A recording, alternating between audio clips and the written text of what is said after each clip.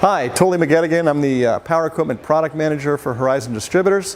What we want to talk about right now is what do we do at the end of the day? So the mower comes back in, we need to get it ready for the following day, and so what we want to do is we want to first of all take a blower to it, right? So we can pull these covers off, just like this. You've got spindles down here. We want to make sure on both sides we pull these off, as well as this front cover, and we blow all the extra grass out of there. Anytime you've got grass that collects either here or in the engine or anywhere else, you're creating more heat.